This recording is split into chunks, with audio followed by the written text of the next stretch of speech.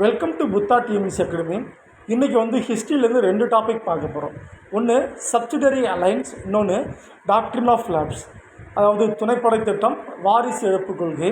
இந்த துணைப்படை திட்டம் 1798 வெல்லஸ்லி புரோவால் கொண்டு வரப்பட்டது. வெல்லஸ்லி புரோவை காமனாக என்ன சொல்லுவாங்கனாக்கா பெங்கால் டைகர்னு சொல்லுவாங்க. அது அவர் சொல்லிவிட்டது. ரெண்டாவது வாரிசு இழப்பு கொள்கை. இதுக்கு இன்னொரு பேர் என்னன்னு சொல்லுவாங்கனாக்கா அவகாசியலி கொள்கைன்னு சொல்லுவாங்க. இது 1848 கொண்டு வரப்பட்டது. ரைட்டா?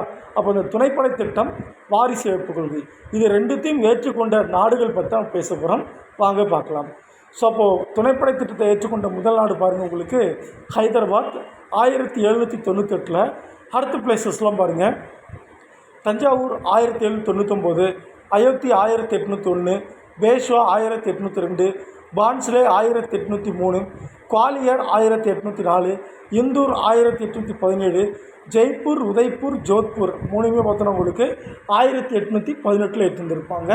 இது துணைப்படை திட்டம், நல்லா ஞாபகம் வச்சுக்கணும். அடுத்தது வாரிசு இழப்பு கொள்கையை பொறுத்த வரைக்கும் டல்கோசி கொண்டு வந்தது.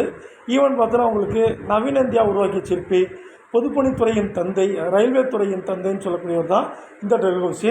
ஸோ இவரை பார்த்தீங்கன்னா உங்களுக்கு முதல்ல வந்து இந்த வாரிசு இழப்பு கொள்கையை ஏற்றுக்கொண்டது பார்த்தோன்னா உங்களுக்கு சதாரா 1848, ஜெய்ப்பூர், சம்பல்பூர் 1849, பகத்பூர் 1850, உதய்பூர் 1852, ஜான்சி 1853, நாக்பூர் 1854. ரைட்டா? கண்டிப்பாக இதை வந்து எப்படின்னா உங்களுக்கு ப்ரீவியஸ் இயர் கொஸ்டின் உங்களுக்கு இந்த மாதிரி கேட்டிருக்காங்க. துணைப்படை ஏற்றுக்கொண்ட நாடுகளுடைய பட்டியலில் ஆர்டர் கேட்டிருக்காங்க. அண்ட் தென் பார்த்தோன்னா உங்களுக்கு வாரிசு இழப்பு கொள்கையை ஏற்றுக்கொண்ட நாடுகளுடைய பட்டியலில் ஆர்டர் கேட்டிருக்காங்க. ஞாபகம் வச்சுக்கோங்கப்பா. தேங்க்யூ.